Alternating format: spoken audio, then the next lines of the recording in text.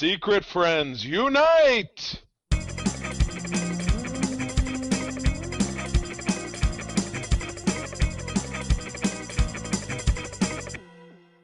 Welcome to the Secret Friends Unite podcast, episode 399. This is your guide to the geek side.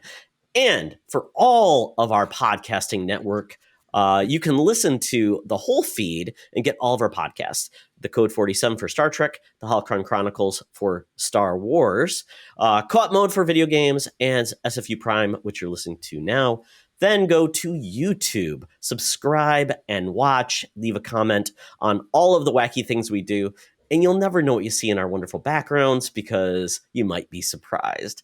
And after you're done with that, when you're at YouTube, subscribe there, leave a comment, take a snapshot, and then DM us on our Secret Friends Unite handle, Secret Friends U, and you'll be entered to win our wonderful, wonderful custom SFU 400 controller in cooperation with Co-op Mode. So there you go, folks. The winner will be announced on 11/11 when we drop episode 400. Boop. Oh, man, 400.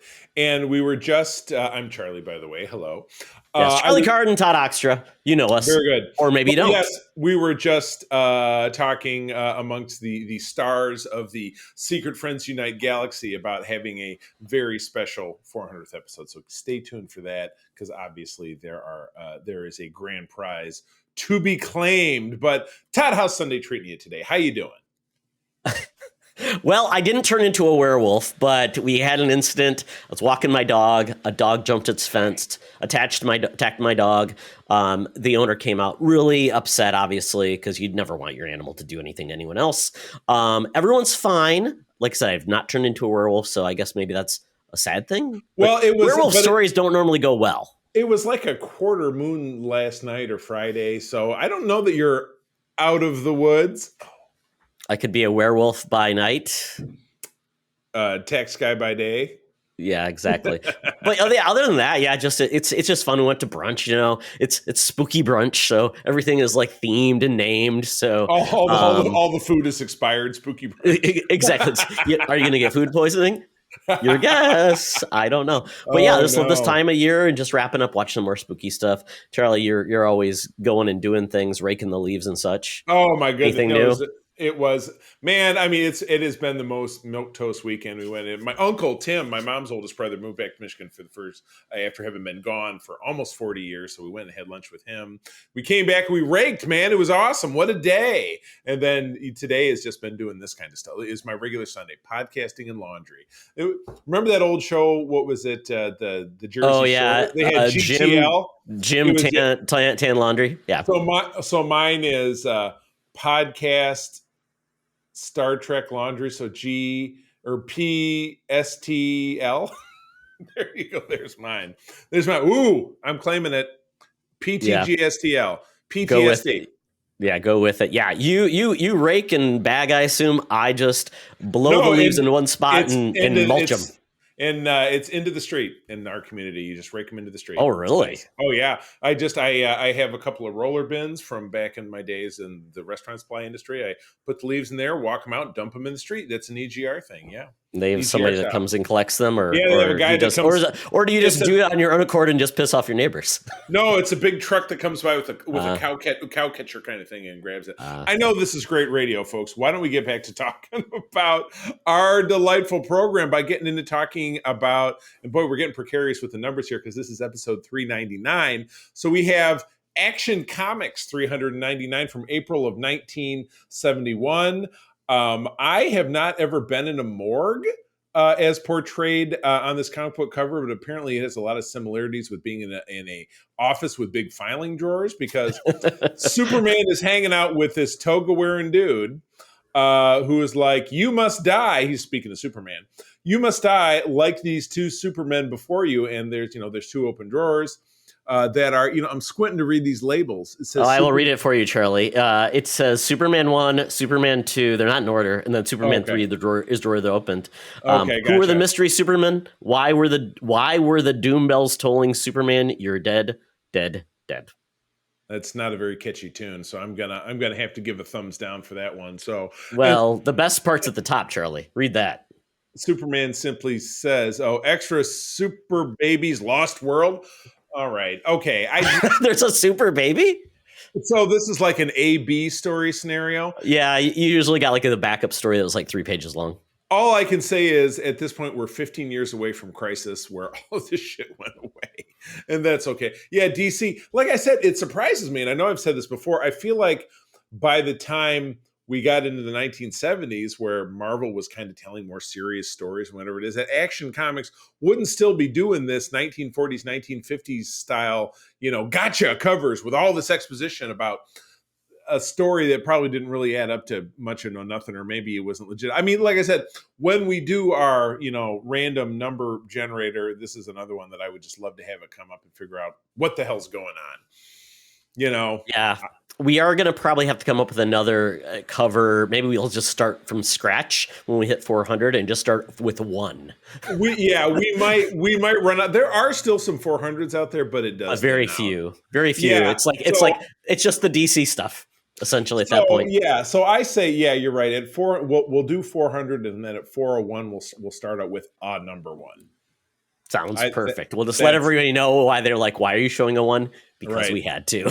we will say it. But speaking of things we have to do under contractual obligation, due to a werewolf blood curse back in 1992, our senior news correspondent, Madam Webb, is attached to us in perpetuity. But she's down at the corner of Hollywood and Vine. Let's pop down there, figure out what's going on with the hottest scoops without a shot of poop. We're looking for Madam Webb. Let's go for it.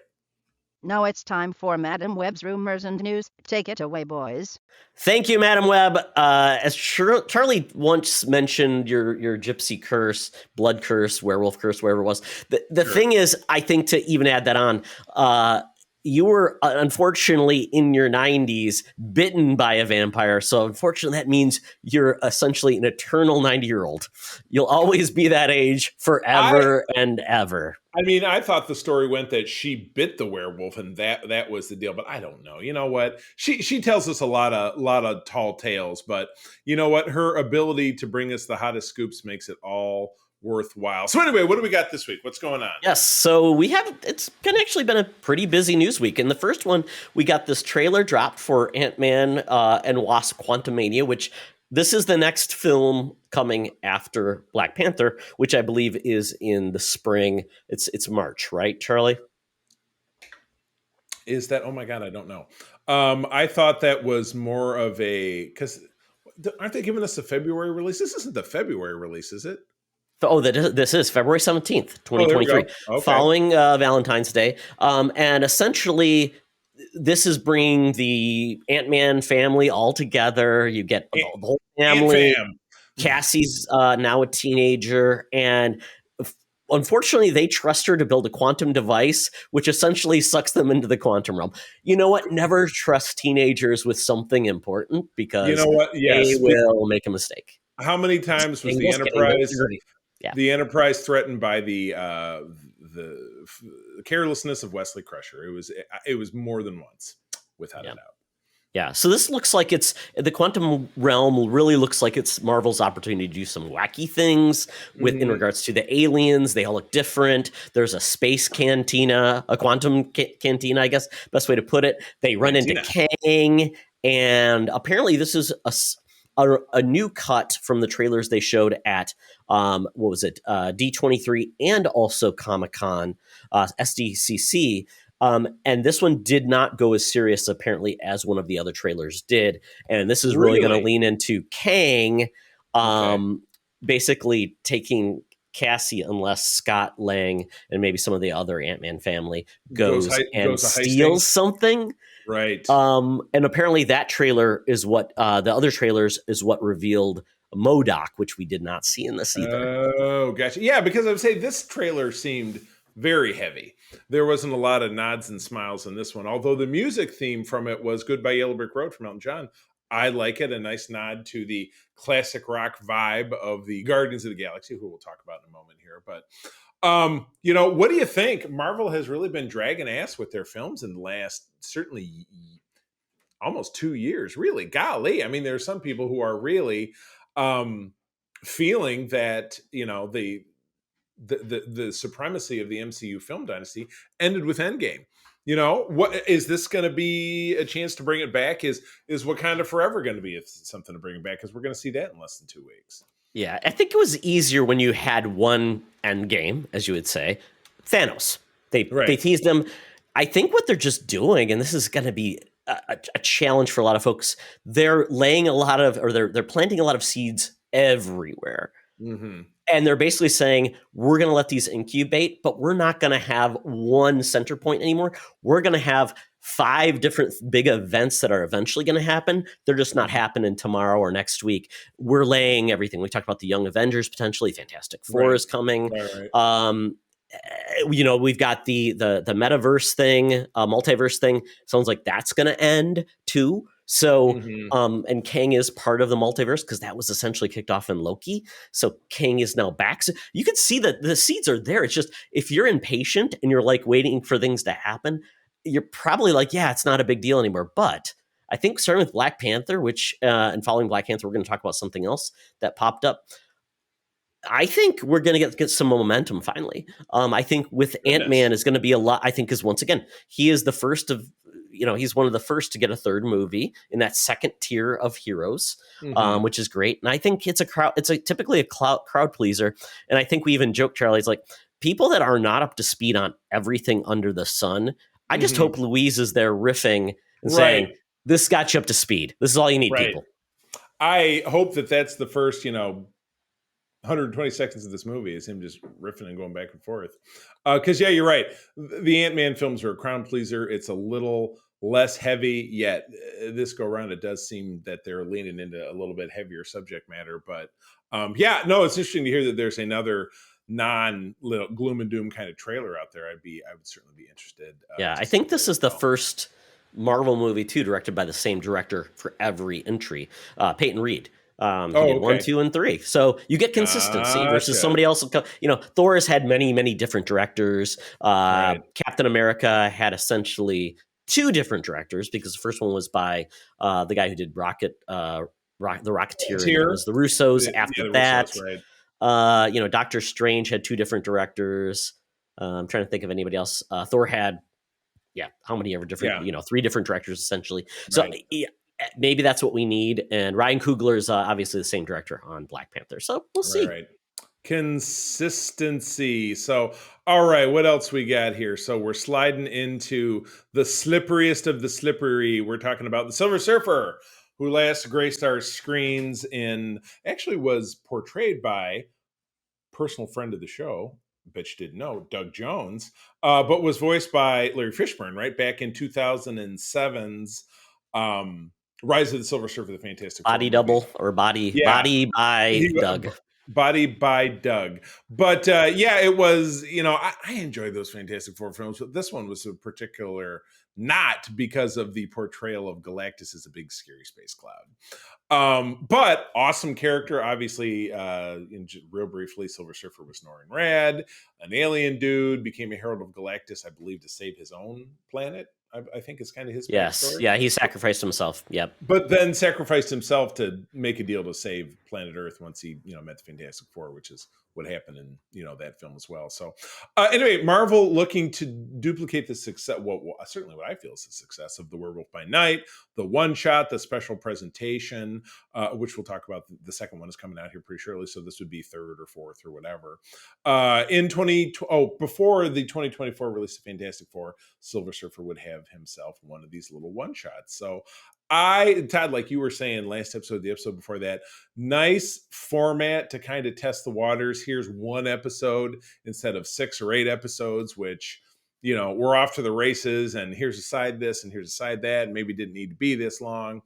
So I'm excited about this. I like the character. I love the Fantastic Four, and would like to see, with Marvel kind of having their claws in there, would like to see them get it right because Fantastic Four needs a win. Yeah, and a character like this, I don't think, and I think it's probably a expense piece, And probably just what can you do? And I think that Disney's learning that not everybody needs a 6-episode series. Introducing a character like Silver Surfer when there's so many new things that are going to have to be introduced with the Fantastic Four, that it's like, do you want to have, we're introducing 4 new characters with the Fantastic Four, all these enemies? It just becomes like too much to cram in. So these, this is a great approach to introduce characters, but not have to have it extended long. You overfill a movie. I like this, and I think it gives them an opportunity to really put out more content in a meaningful manner, and don't leave us feeling like, oh my God, is this over yet? Or that's the filler episode. That's the filler. Love it. Yeah, exactly. And there was a fantastic or a Silver Surfer cartoon that was around the time that like the Spider-Man cartoon came out mid-90s, on Fox. Yeah, so it wasn't too bad. So I think that might be on Disney Plus. If you do, check it out. It's, show the kids. It's actually not a bad way to view the cosmic world with the with the Silver Surfer. I dig it. So that'll be good. Well, speaking of people who have soared to greatness within the MCU, James Gunn is jumping ship. He, after directing successfully, was it The Suicide Squad or Suicide Squad, the most recent one? The Suicide Squad, yeah. Right. And Peacemaker. And I enjoyed that very much. And Peacemaker, which was a hoot. It was one of those that you just could, week to week, you just couldn't wait for it to come back on. It was so good. He is now, along with Peter Safran, who I'm not familiar with his work, but I assume he's, he's the yin to the yang. He's the, business dork to James Gunn's, pitch man. He's the producer behind all the Conjuring films. Oh, yeah. Okay. Very good. Anyway, those two dudes are going to run DC Studios. So DC Studios is rebranding themselves. They're getting rid of the E and the DCEU. It's just now going to be the DCU, if I'm not mistaken. That was the headline I saw. Yeah, and the new imprint's called DC Films versus which is nice to actually say this is anything under this banner is most likely has their influence, unfortunately, except for probably Aquaman and some of the other things that are already in the wheel. Things that are in the can, the can. So I think this is great news. James Gunn, and I think you have said it, and you've turned me on to some of his smaller works over time, but he's great. He does great stuff. And God, DC just needs a win. I mean, the peaks and valleys, the lows and the lower and the lowest of the stuff that they put out in the last 10 or 15 years, something's got to change. So this is a more central, it says, the article goes on to say this creates a more centralized creative executive akin to Kevin Feige, obviously. Robot with hat not included. This is great. This is great news. Now, Todd, you're way more of a DC guy than I am, but of course I've seen obviously all the films because that's what we do. Our recent disappointment with with films like Black Adam, Wonder Woman 1984, but Shazam was great. And then, James Gunn's The Suicide Squad was great. So who was responsible for making Shazam? Oh, I can't remember. I believe the director was a horror film director, which why there was that one scene that was kind of horrific. People said, I like the movie, except for that one scene like where those monsters were tearing right apart. It's just things that are free of the touch of the dreaded Snyder. Yeah, Snyder wasn't involved with with that. So yeah, I think this is a good thing. Safran actually partnered with James Gunn on The Suicide Squad, so they work together. So it's good that they've got a rapport, which is nice. And it sounds like Safran's very much into building worlds and universes because he kind of started The Conjuring, and that kind of expanded right into Annabelle. And so I think and we see all those films. And as far as horror films go, those are above par. Apparently, I think like. So. One of the most successful franchises, I guess, out there because it's like for what they cost to what they deliver. Right. The ROI. Yeah. They're making a lot of money off of not spending a lot of money. Yeah. So this is great. So I'm excited about this, being that this is just burgeoning news. I mean, and James Gunn has had quite the whirlwind of a career got in the last 3 or 4 years with like, some old tweets got him fired from Guardians 3, which we've still not seen. Yep. But I mean, the Guardians are making their comeback. In a special, this was a trailer we got this week for the Guardians holiday special. Now have we got the whole crew back? We got absolutely, yeah. It's the whole crew. It's no longer Baby Groot, not even Teen Groot. It's more like in his 20s Groot. Yeah, 20s, which begs the question, how old was Groot supposed to be when we met him in Guardians 1? Was he 40-something Groot? I mean, middle-aged Groot. yeah, middle-aged Groot, yeah. Yeah, because this Groot seems a little shorter, he's a little bulkier, where the Mm-hmm. Groot that we met in Guardians 1 was tall and lanky. This guy's kind of like, "Rrr."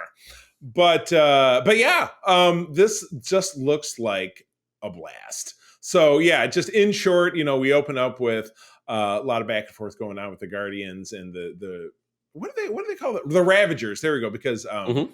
Sean Gunn is there, and he as Craiglin, and is chit chatting, and they're saying, well, it's Christmas back on Earth, and blah blah blah. We know that Quill is really down because he lost Gamora and can't find her, and so obviously this is set in that little window after Endgame and around their super brief appearance, and even their super brief appearance in Thor: Love and Thunder. Groot was still the teenager-ish, like we saw him in Endgame, so it looked like that was probably immediately afterwards. So this is potentially a little while longer after that.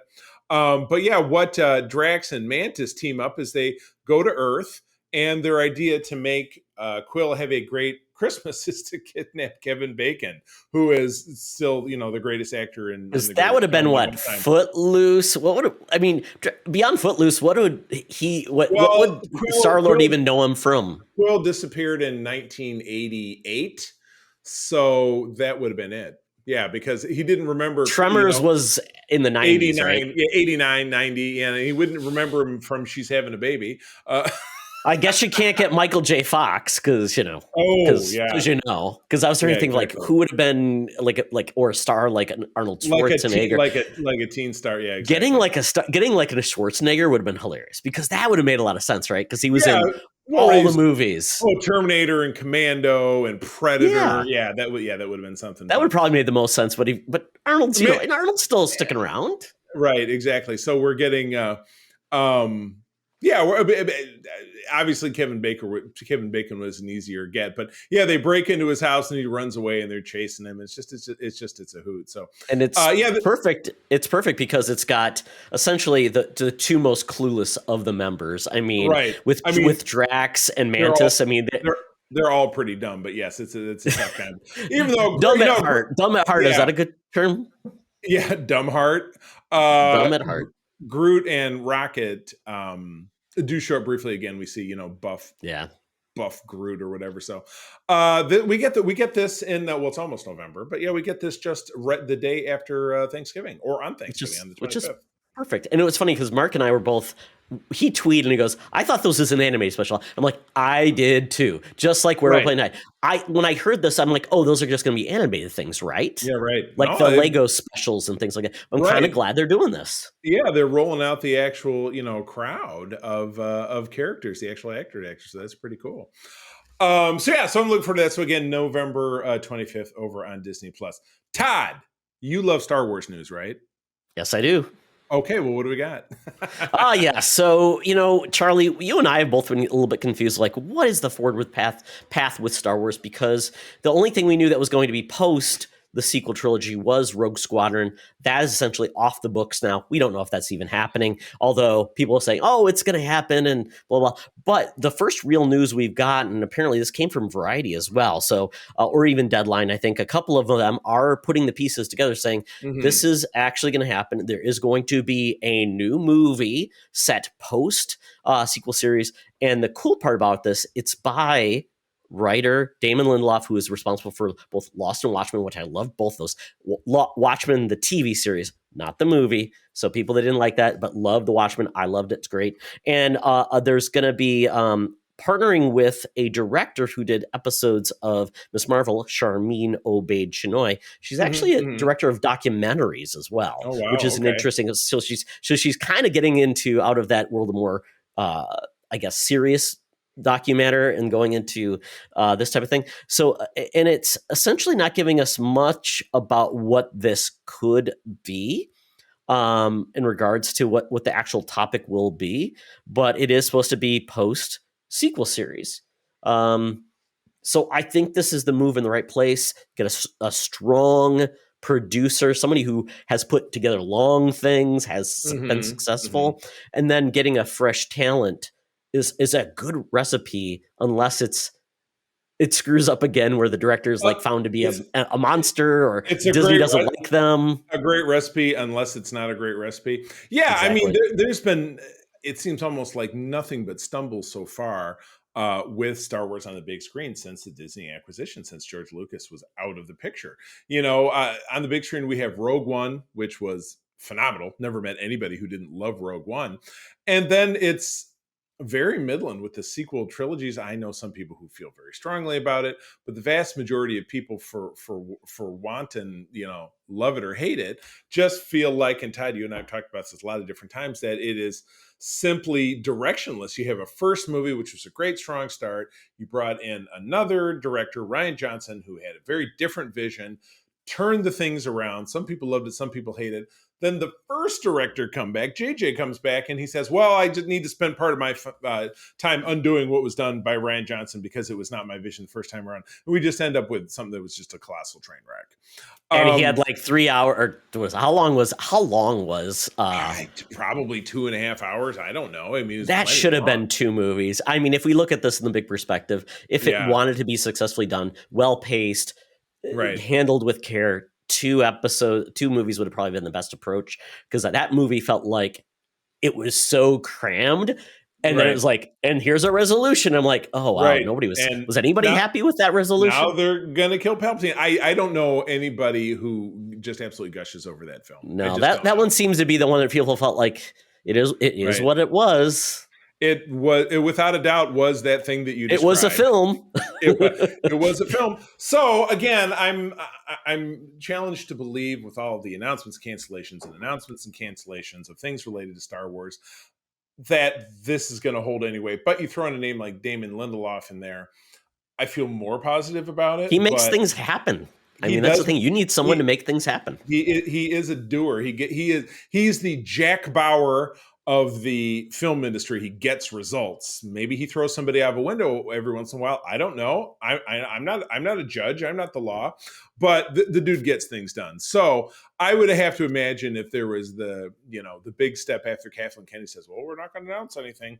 What do you think this means for her? Do you think that maybe this is a sign that she's starting to back off, or maybe she's not as in touch as she used to be? I mean, she is at retirement age. She's 65, 66 years old. Well, I thought she was older than that. I thought she was like close to 70s. Yeah, maybe so. But anyway, yeah, when I guess, if you're not out there digging ditches, you can just keep going to work every day when you're in your 80s. Look at Harrison Ford. I mean, it really depends on what Disney really wants to do. Are they happy with just having TV content? I'm guessing no, because they want to bake in their bottom line with more profit proceeds. Yeah, right, and I think and we always know that the movies typically are what drive the future of Star Wars. They always have. And that creates, and they want more action figures and things like that. Now, I don't know if these projects will get us to that point, because if they want to do more creative things that are a little bit more deep and dark, action figures and kid stuff don't always play into that. Not in this day and age. You know what I mean? I mean, the action figure industry in general, it's just not what kids are spending their money on. Yeah. So yeah, it would be hard pressed. That's more for the whiny adult collectors. She's 69, Charlie. So we cut it in half. Right. Exactly. Oh my goodness. So, but anyway, yeah, it like you said, it'll be interesting to see how this proceeds. If this is a legitimate tip, if it moves into something else, we will find out. So anyway, wrapping it up, we have the Vision in white. We have the. Do you like the headline I picked? Get the electric lettuce ready for this Vision quest. The Vision, the body Vision that we saw fly off at the end of WandaVision, the physical incarnation of his reconstituted body, is of course getting his own Disney Plus series, reportedly now in the works. So look for this in probably 3 to 4 years, 2 to 4 years. I've always loved the character. The White Vision was a hallmark of the West Coast Avengers, because elements of the story of how this Vision was disassembled and put back together, and they didn't, without retaining any of his original personality, is all straight from the basically the Vision Quest storyline by John Byrne that was happening in the late 1990s or late 1980s in that title. So yeah, bringing him back. And then there was a further add-on to this that it's looking like Elizabeth Olsen will reprise her role as Wanda Maximoff, hopefully in a bit of a redemption tale, because we didn't leave her in such a great spot. And then I would imagine there has to be some piece of this that's going to touch Agatha's Coven of Chaos, which is filming pretty quickly. So obviously will come out beforehand. So yeah, I love this. I'm all about this. This is more Heritage Avengers stuff, which is my wheelhouse. So I'm totally down with this. Yeah, it's going to be interesting how these pieces all play together because, to your point, a lot of people didn't love how Wanda was essentially her story was finished. We don't know if she actually died. We don't know. Weird things have happened. Resurrections happen. If we believe the way the comic should be represented, no one truly ever dies. They get brought back. Of course not. Fun. Yeah. So I would not be averse, of course, because I don't think her death was really what everybody wanted. So I think if you have a death, you hope it's more meaningful, things like that. So yeah, I mean, I think this could all work.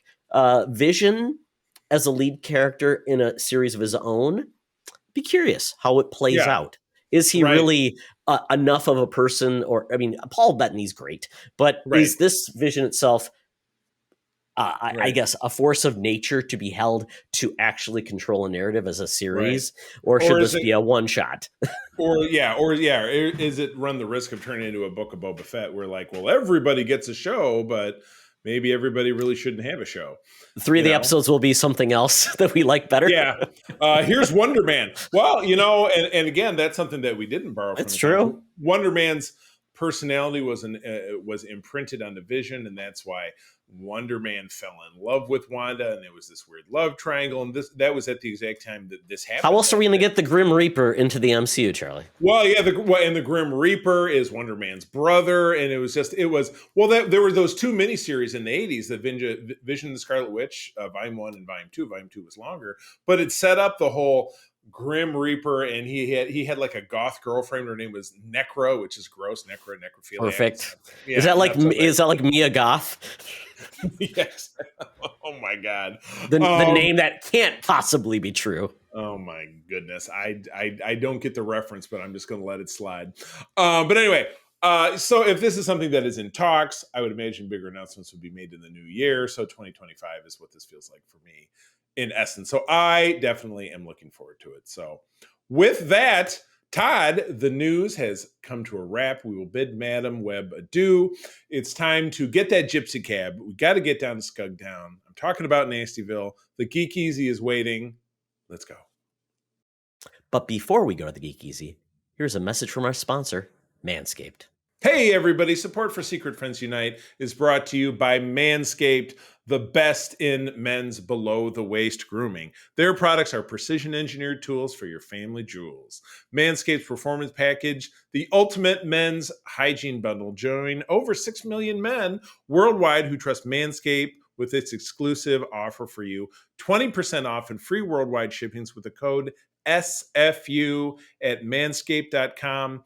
If my math is correct, that's about 12 million balls, and that's the most correct math I've ever had. Amazing. We've been doing this show for 8 years now. We finally have a really cool, fun product to talk about. I love this. You and I and Mark and this was Mark who actually approached and got this going for us. Now working with a great company called Manscaped. This is pretty cool. Now this is, I'm going to say it's for a male user, but really it could certainly be for a female as well. But it is a neat little startup. I would say, what's the word I'm looking for? Little case. We each got this neat little thing that comes with the product known as the Weed Whacker. Essentially, a nice little shaver. Electric shaver that has a light on the bottom. And I got to tell you, this is something that I think anyone has ever dealt with when you have to shave essentially down there, that you're going to run into things like nicks, snags, tugs, little ouchies, what have you. I use this product myself in that capacity, completely flawless. I was genuinely impressed. Now, Todd, you went ahead and used it as well, correct?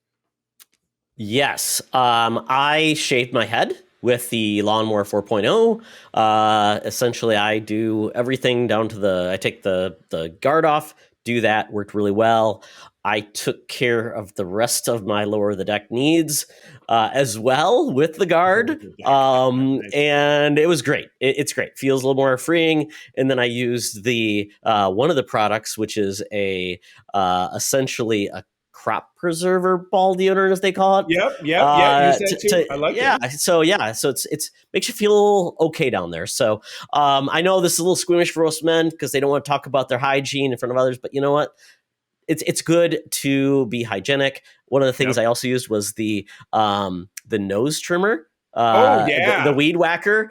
Right. That's for your nose and your ears, guys. We see everybody out there with horrible, like, just crops coming out of those holes, and it's like, guys, I was talking. It looks bad. It's a bad look. Yeah. I was talking to a dude, another vendor at a toy show a couple of weeks ago, that I almost couldn't be speaking to him because out of his one nostril, I swear to God, it must have been an inch long cluster of hairs. I'm like, dude, this is a guy, and I don't know that he listens to our show, but if you know who you are, Manscaped is for you. You can actually order this from their website with the code SFU to get yourself 20% off and free shipping. Using is believing it. I've never had a product that was this easy to take care of that kind of business. So I highly recommend it. So anyway, check it out. Go ahead and Google that up. Visit their website when ordering from manscaped.com. Well, you don't have to Google it. I just told you. Get 20% off with the code SFU, and you will not be sorry. All right. Todd, are we ready to move on with the show? Talk nerdy to me.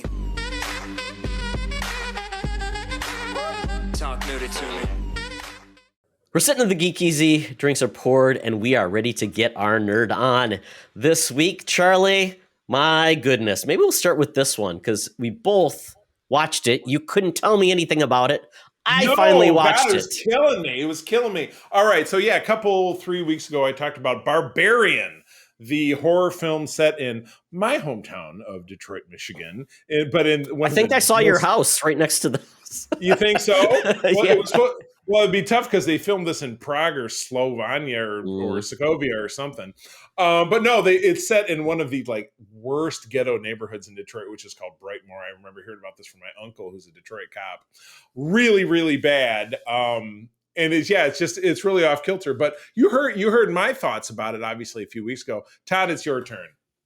Yeah, so I came in fairly blind to this movie. You talked a few things. I thought, looks like they're at a haunted house or something. Didn't know. So watched this finally. It's on HBO Max now, so check it out there if you don't want to, it came out of theaters there. I'm glad I got a chance to watch this.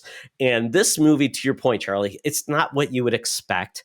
Now, it's not like the Twilight Zone, but it is kind of a oddball where it's I think you mentioned before, these two folks, there's a mess up on a Airbnb where one person's already at this place this woman shows up at because she thinks she has a reservation because she's there for a job interview. And apparently there's some type of conference in town. So even though she doesn't want to stay there, they agree to stay the night at this house, which again is completely ridiculous because Metro Detroit is an area of 4 million people and about 10,000 hotels. So pretty sure she could find somewhere to stay. Or go out of Detroit and stay in Ann Arbor, a 40-minute drive, and you're okay.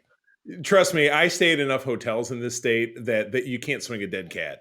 It's particularly in the Detroit area without hitting hotels. And the fact that this one house is in the middle, essentially, of a fallout shelter around it, it's the only house. I'm that's a bad sign to begin with. But it's just kind of crazy because it does kick off with and I don't want to give too many spoilers away, but we get introduced to Bill Skarsgård, who is he's Pennywise from the movie. So you're not used to him being just a normal guy. And that was one of the things. He's just a normal guy, but he's dumb. They're all dumb.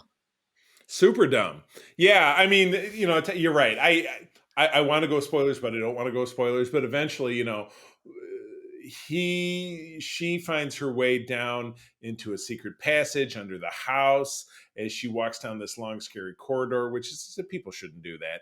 She finds what's basically an isolation room with a bed with a bucket.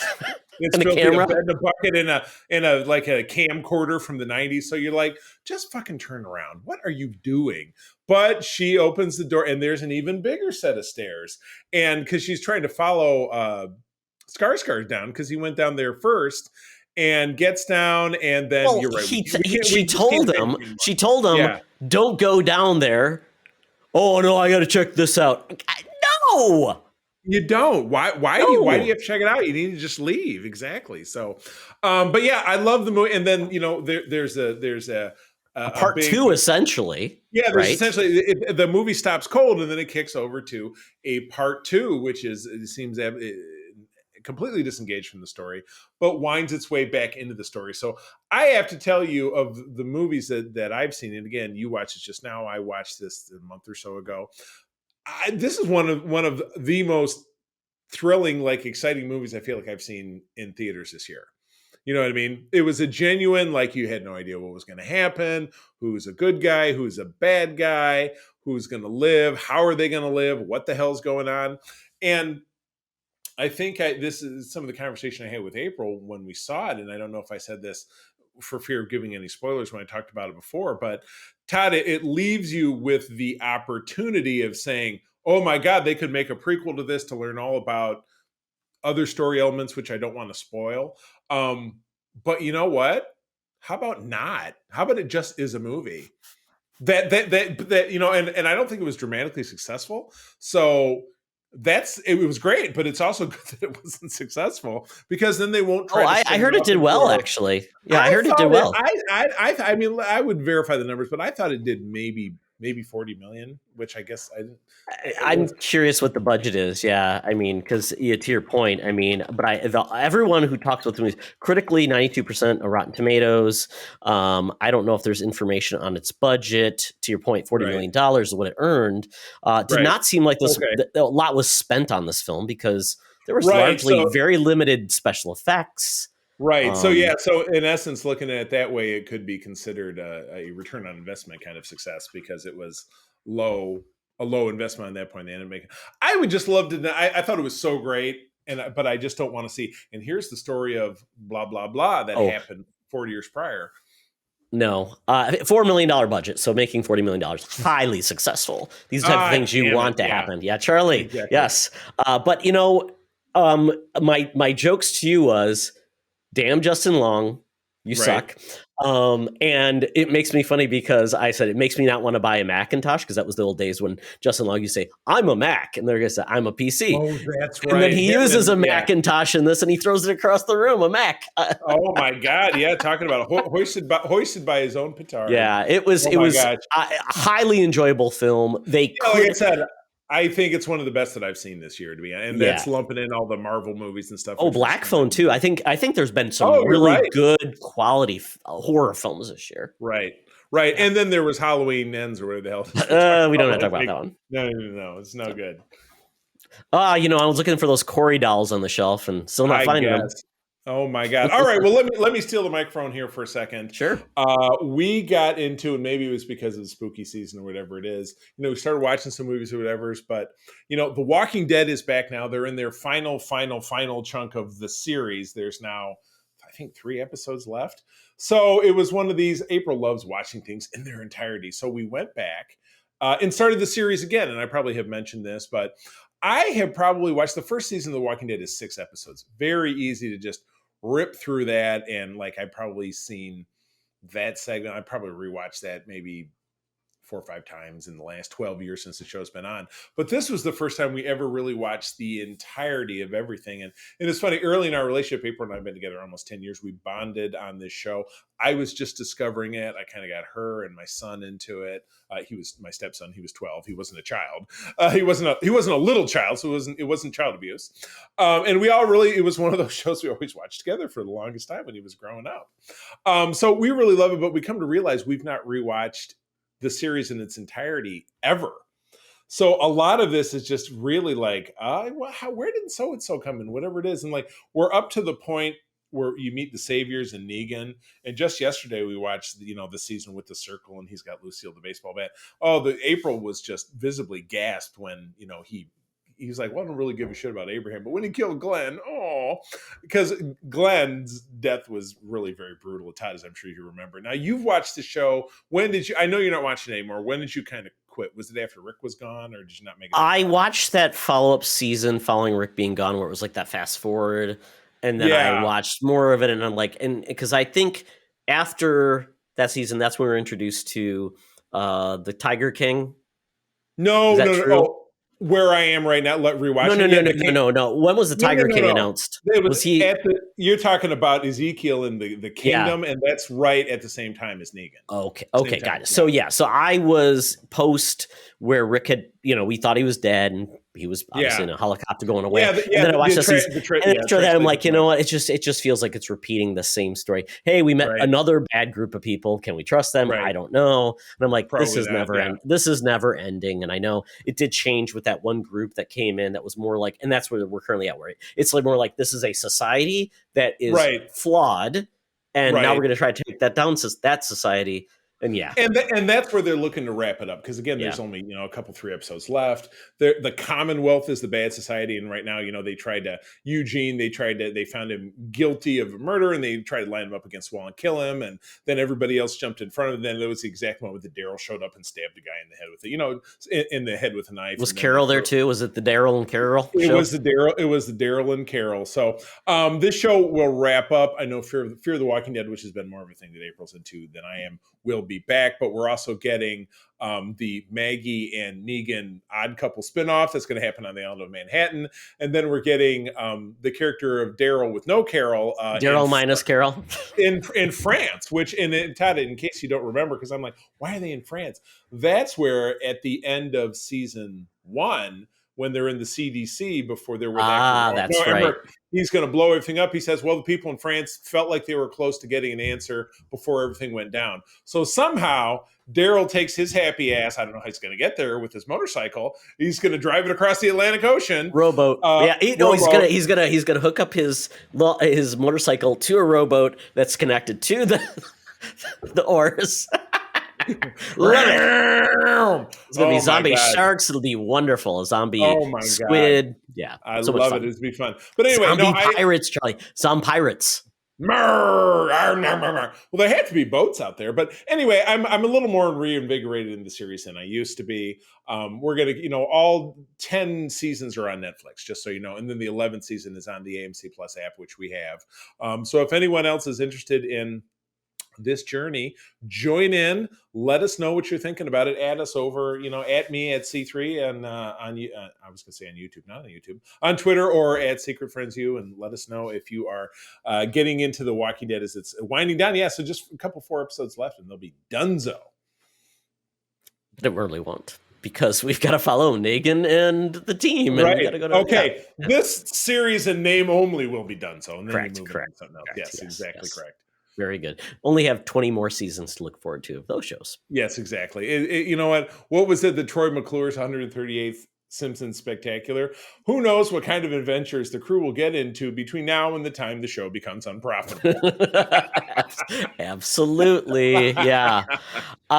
So a turn of events, Charlie. So did you watch all of the Tales of the Jedi? I did. I rocketed through them, and I get the feeling you and I are going to have a very similar vibe.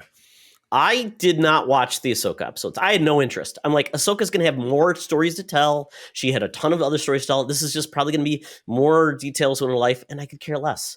And I'm going to have to go and watch them again when Mark and I are going to talk about them. But again, I, like you, I was just kind of like, meh. A little 20-minute vignette, so it's essentially it's a half hour of programming with commercials, and it was just a lot of connect the dots. It was a lot of what was so and so doing when this and that happened, and I just it's fan service essentially, which is fine if you like that and you love the character and you want more. Awesome, very true. I like Ahsoka. She's had more screen time than most characters, and so. Does she need more screen time before she's getting her next series that has been in The Mandalorian? And so I just kind of feel like that's a character that I don't feel like needs more screen time, but she's so popular that she will get more screen time. Perfectly fine. I think she's a good character. Just that's not my wheelhouse that I like. I need to know everything about her. It it was so funny. We were watching the first one, and it's supposed to be, you know, what was Dooku doing when he was still a Jedi or whatever. And my brain didn't process that when he's riding in the shuttlecraft. I'm like, who's that buff-looking Luke Skywalker dude? It's supposed to be Qui-Gon. When they say a few minutes later, I'm like, oh my God, how did I not remember that Qui-Gon was his Padawan? You know, but yeah. Qui-Gon was like a buff young Luke Skywalker. If Luke Skywalker was buff like his Power of the Force 2 action figure in 1995, that would have been Qui-Gon. And I'm really confused. Like, who influenced who? The fashion of Tatooine or the Jedis? Because I can't figure it out. Because obviously Luke, who is supposed to be hidden away, not right, but he's dressed the same as freaking Jedi Padawans. Right, exactly. Like it's just such a bad, like, guys, this is so dumb. Just pick something Make else. the Jedi look different. Okay, whatever. So moving on from that, I watched all of the Dooku episodes because I'll be honest, I know very little about Dooku. I watched some Clone Wars episodes. We saw him in the prequels, and I'm like, okay, of a character that I know very little about why he became bad, this worked. This worked really well. That's true, and because again, it's 6 episodes, and it took you. But again, you're right. It's only 3 of his, and it's 60 minutes long. So this is a special episode, essentially. Right? Could this have functioned better if it was just that? Because you're right, it did get to well, you know, in the Jedi archives, there's little statues of people who left the order, blah blah blah. And why did he do it? And why is he so died in the wall? Even in the last one, when Todd, I know it broke your heart because it finally gave you Yaddle and then it took her away, because she was the one who catches, and of course, full spoilers retroactively. Sorry, these are on Disney Plus. Go watch them. Yaddle suspects that Dooku is into some dirty dealings, and she catches him talking to Palpatine, and they have a duel. And I don't know how you duel with someone who's 2 feet tall. Just swing down. Is that like it's a small target, so that's a tough one to do. Small target, less hit space. So quite honestly, it's better to be small and go after a big target, because guess what? Anywhere you slash, you're probably going to get something. Versus her, it's like over the head, and she's fast and doesn't talk like. She's going to cut off his toes. Yeah, you're right. This once and forever, and there's a lot of people wagging about this online, proves once and forever that Yoda has some kind of dysmorphia or aphasia, that the way he talks is not the way that his species talks. It's just him. He's a weird He's just that guy. He's just a weird talking guy. Yeah, he's like, it's like that kid you meet that kind of tries to pretend to be like British. It's like, stop, Madonna, stop talking British. Exactly. It's like, stop, Yoda, stop trying to be like a Buddhist monk. We know you're trying to do that. It's your thing. You probably just went crazy. You know, never mind. But it is what it is. I liked Yaddle. I thought she was, did a good job in being just a inquisitive. She stepped down from her role in the Council of the Jedi because she saw that. Yeah, there's some things that are totally wrong. We're like now a tool of the Senate versus protecting what Dooku said at the very first episode. Is like, we're not here to protect the Senate. We're here to protect the people of of the Republic. So I liked it, and I thought it did a great job of showing in different bits and pieces of why, he changed. He wanted to make change, and he felt like he couldn't do it. And then obviously he made a total commitment to the dark side by taking on Yaddle. So I think these are the type of things that make more sense and don't require 8 seasons to tell me why Anakin finally turned. That's my problem with Star Wars. It's like, let's draw it out because we have to, because this is good storytelling. The pacing was great. Several different instances of how, and it only took an hour. Right. Perfect for me. Wild. And he's so cool. Dooku is a cool looking dude. That jet black hair, that jet black beard. Christopher Lee. I mean, come on. I mean, the guy who played his voice was very good, and I'm good. I'm glad. Christopher Lee's dead. He's not coming back, and I'm good. I like the voice actor for this. It's the same voice actor, I assume, who did him in later Clone Wars episodes. Right. Is it? Yeah, I'd have to double check. I assume yes, though. Yeah. What is that dude doing? I don't know. He's doing this, and he's making the sweet Disney cash. Well, very good. Well, if they do another, if they do a Tales of the Jedi season 2, please explore Jedis we don't know or much about their past, because we don't need the same characters. Just give us something new versus just saying, "Hey, let's do Anakin next." Right. The Star Wars dartboard. Yes. We got it. All right, now What it's did he time have for lunch on Thursday?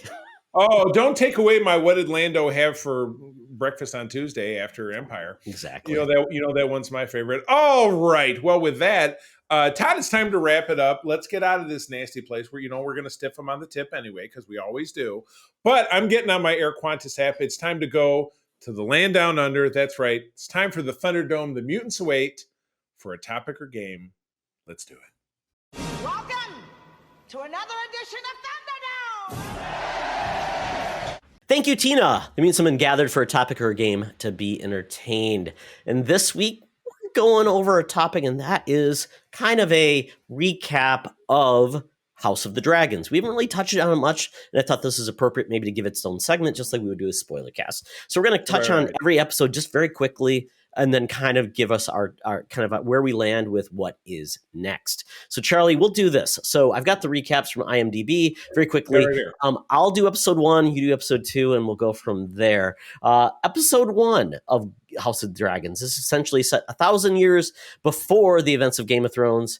We get Viserys, who's the king. He hosts a tournament to celebrate the birth of his second child. Rhaenyra welcomes her uncle Daemon back to the Red Keep. So this is essentially putting all the pieces into motion, who these people are, and why should we care? Tilts up and goes sideways, and we have a death. Isn't isn't there a death in childbirth, and then doesn't a child die afterwards? Absolutely, yeah. This was really laying the fact that it was important to have a male heir. Viserys did not have that. His wife, who had yet to bear a male heir, and that is really kind of the consequence of this era. Was like women have a role, and if they don't pay it, there's probably going to be consequences because of that, and we do have that. Consequences. All right, episode 2, the Rogue Prince. Rhaenyra oversteps at the small council, always overstepping, of Viserys' urge to secure the succession through marriage. Yuck. And Daemon announces his intentions. So we've got the child bride marrying. She essentially marries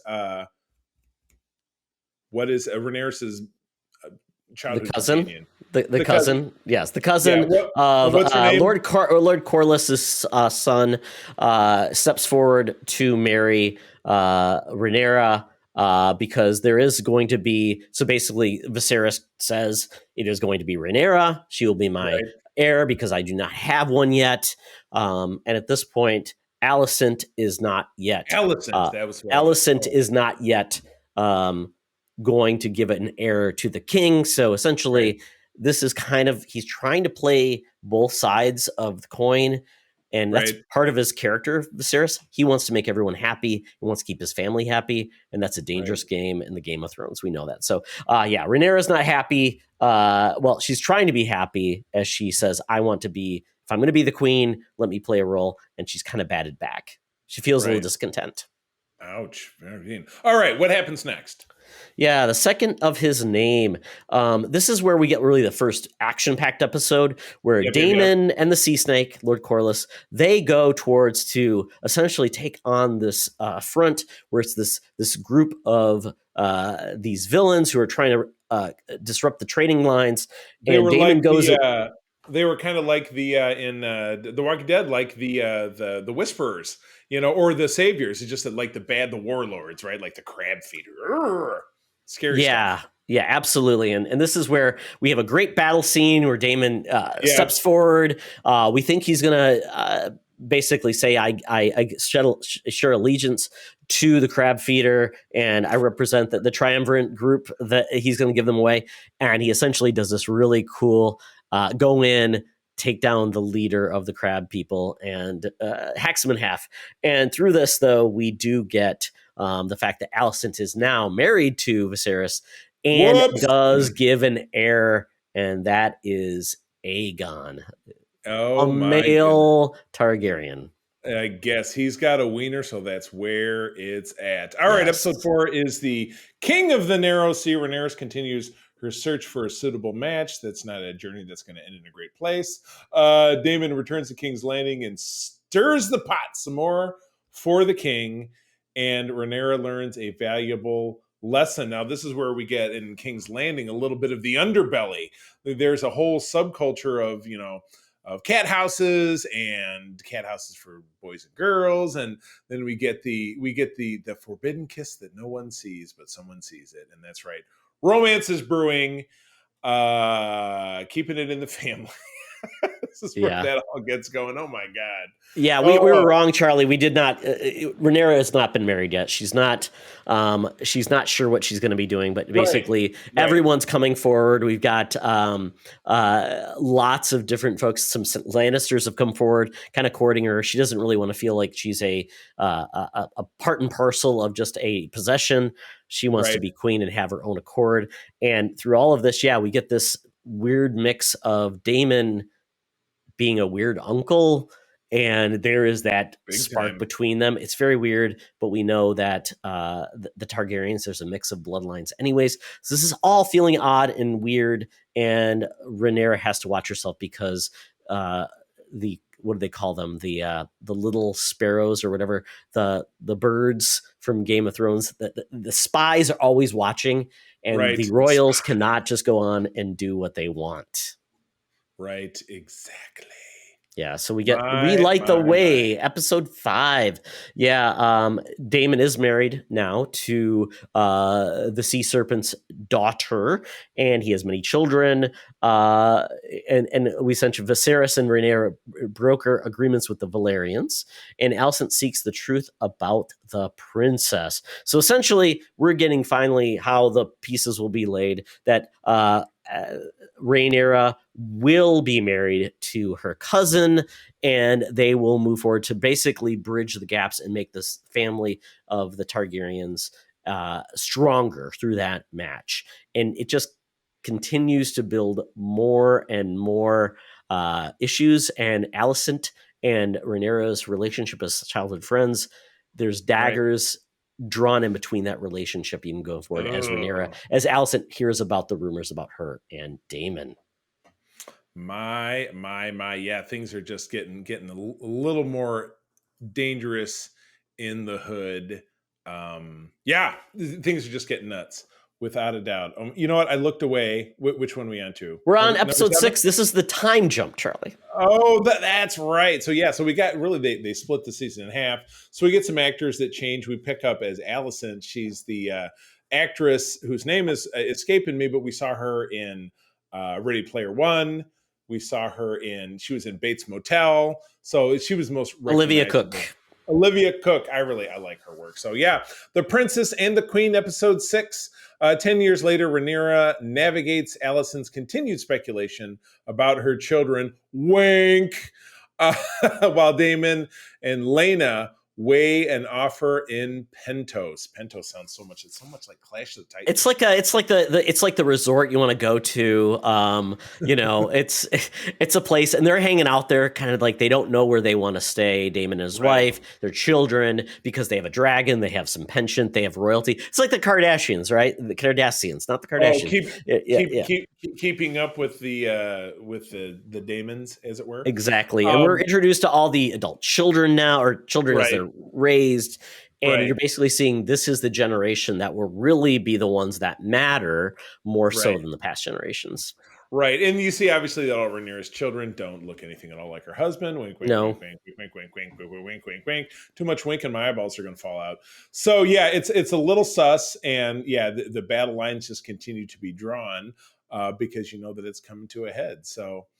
And then do we catch? Oh, this was Daemon already pulled his marriage, and his wife killing already happened, and so he's remarried again. And that leads us into episode 7. That one's yours. Yes. So, we didn't even talk about Daemon, the great guy who his first wife, he just basically spooks the horse. She's dead. That was like the horse and smashes her head with the rock. Of the weirdest of the problems I had this series, like that was the dumbest death I ever saw in my life. I'm like, really? Yeah, this woman's supposed to be so tough, and she falls off her horse. Bad take. So now Daemon's married again, and we're going to hear more about how well it goes for Daemon being married. He's not a great husband. Right. Let's put it this way. You don't think so? No, so we get to episode 7, Driftmark, as the families gather on Driftmark for a funeral, which is essentially never a good time to hang out. This is essentially Daemon's wife. Time for a good hang. No. She died. Basically she couldn't give birth, and then she, rather than die during childbirth, she decides to be killed by the fire of the dragon. And this is essentially an episode all about grief. No one knows really what to do. It's a very weird family situation. Everyone's feeling weird. And then Viserys says, essentially, stop bitching at each other. Let's get along and let's be happy. And they're like, it's not that easy, dude. You're the king. You can look away. Yeah. It's a tough one, because this is what children lose eyeballs, and then Alicent tries to kill Rhaenyra. Right. Things are not good, folks. It's never a good situation when that's what your party's all about. Exactly. Good things always happen at funerals, right? No, they don't. Right. Oh, no. Yes. The Lord of the Tides, episode 8, Charlie, not the Prince of Tides with Nick Nolte. But, it's probably as happy as that. 6 years later, so we have another time jump, but the same actors, except the kids are a little bit older now. With the Driftmark succession suddenly critical, Rhaenyra attempts to strike a bargain with Rhaenys, who is essentially Lord Corlys's wife. You just got me confused as about who's what now. Yeah, this is where the names are a little too similar. So, I guess I didn't even realize how big the time jump was. But this is where we're starting to see that the king is really in super poor health, right? He's just like, he's turning into a zombie in front of our eyes. Yeah, eyeballs hanging out and stuff. So things are just dwindling down. You can tell that when he's gonna die, that's when things are gonna get not so great in this one. So what else happens in this one in particular? Yeah, this is where essentially the sea serpent has gone out to sea to battle to win back the lands, and essentially you've got Driftstone, I'm blanking on the name, that Lord Corlys owns, and they're looking for a succession line with that. His brother essentially goes to the crown and says, I want to be the leader. And Rhaenyra's like, no, my son will be the heir of that. So it essentially now it got inner family fighting, and Daemon does not like that and essentially chops off the brother of the Sneesake's head.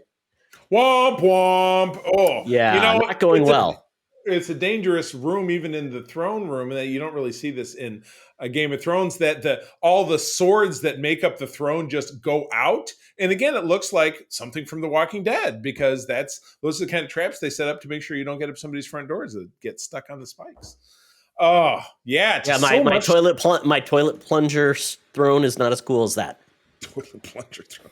Oh, it's all in the eye of the beholder. All right, well, moving on. Episode 9 is the Green Council. Alicent enlists Cole, who's the real father of all Rhaenyra's children. Yes.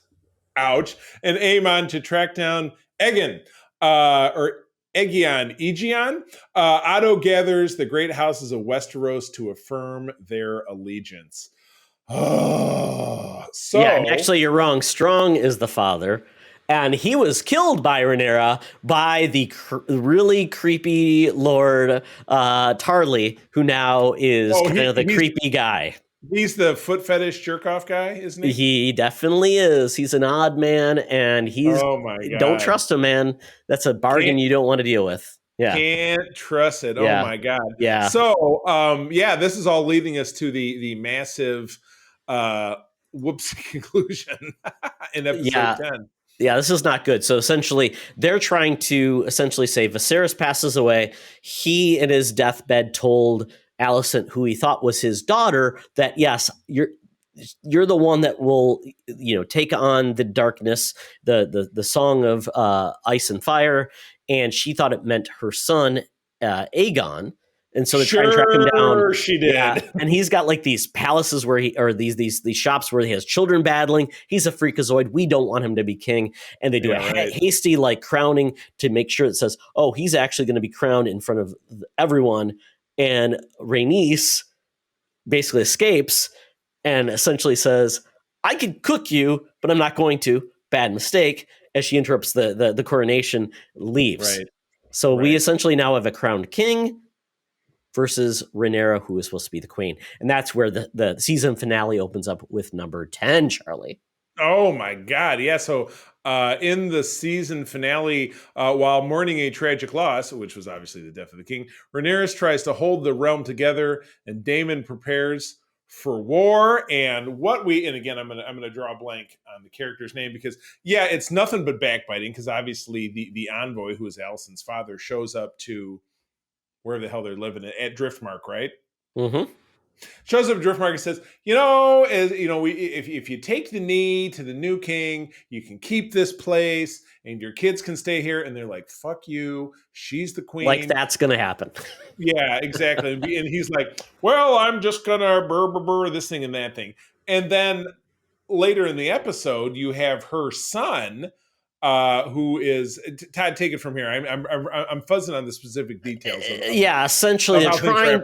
So in this episode, a lot happens, but basically, Rhaenyra is crowned queen. Everyone pledges allegiance, and then now it's what's going to happen next. So Rhaenyra is trying to shore up allegiances, and one of those allegiances is to go to Lord Baratheon, who, if you remember the Game of Thrones, that was the first king in that. He was killed, obviously. Cersei's husband killed. Yeah, bad stuff. So Lord Baratheon, he says, basically challenged by her son, who is supposed to get his allegiance. And guess who shows up as well? The villain, the anime villain with the eye that was taken out. Yeah, really. Aemond was also there. Bad idea. You see his dragon, you don't stay. You get the F out of Dodge. But he didn't. Yeah, no kidding. Yeah, exactly. So then it turns into son number one flying off into a blinding thunderstorm, and you're like, oh my God, is he going to on his dragon? Oh God, is he going to get struck by lightning? And then yes, your anime villain shows up on his bigger, uglier dragon. They do what's in essence some aerial dogfighting, and in the end of it, evil villain says, no, stop, whatever the hell dragons is, and his dragon just simply consumes the other dragon and obviously the other kid. The size was amazing difference between, it's like one's like a little sparrow, the other one's a freaking like eagle. It's huge. Yeah, so it's the difference is like 5 times big. And that's the end of the show, gang. Boom. Wow. So that's the end of the show for 2 years. We're going to wait 2 years before what is obviously going to be, this shit is not going to hold water.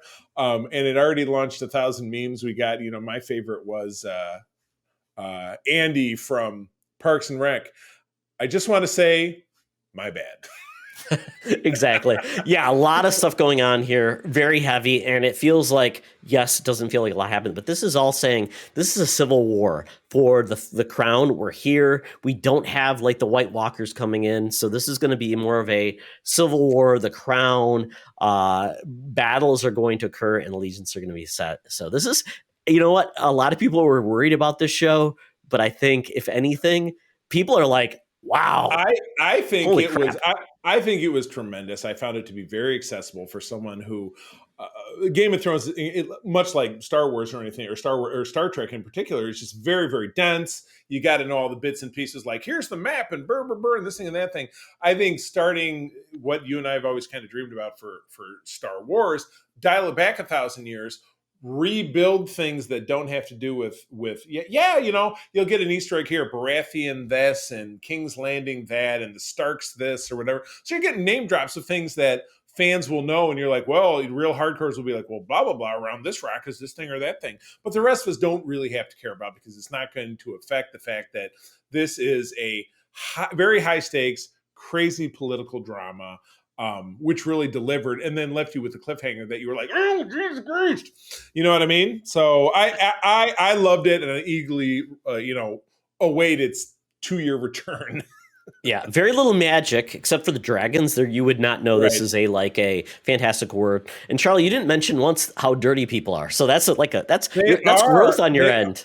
Well, especially with all the sex stuff, that's what just always drives down the dirtiness of stuff. So yeah, you're right. I guess I was more taken up by the plot and less by all the gratuitous, filthy nudity that you saw in Game of Thrones.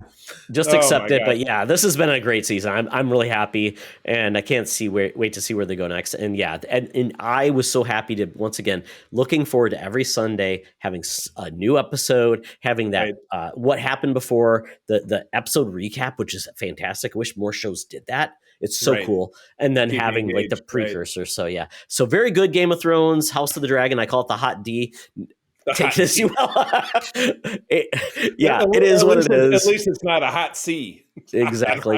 Not the hot Carl. No, you don't want that. So very good. Thank you for joining us. And you know what? Yes. We're probably completely wrong on all the names and everything that happened, but you know what? It's our recap.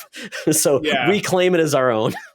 Go listen to a Hot D actual podcast, and maybe they will have taken notes, because we sure as hell didn't. And with that, that's the end of the program. Todd, where do people find you out there in the webs of Intra?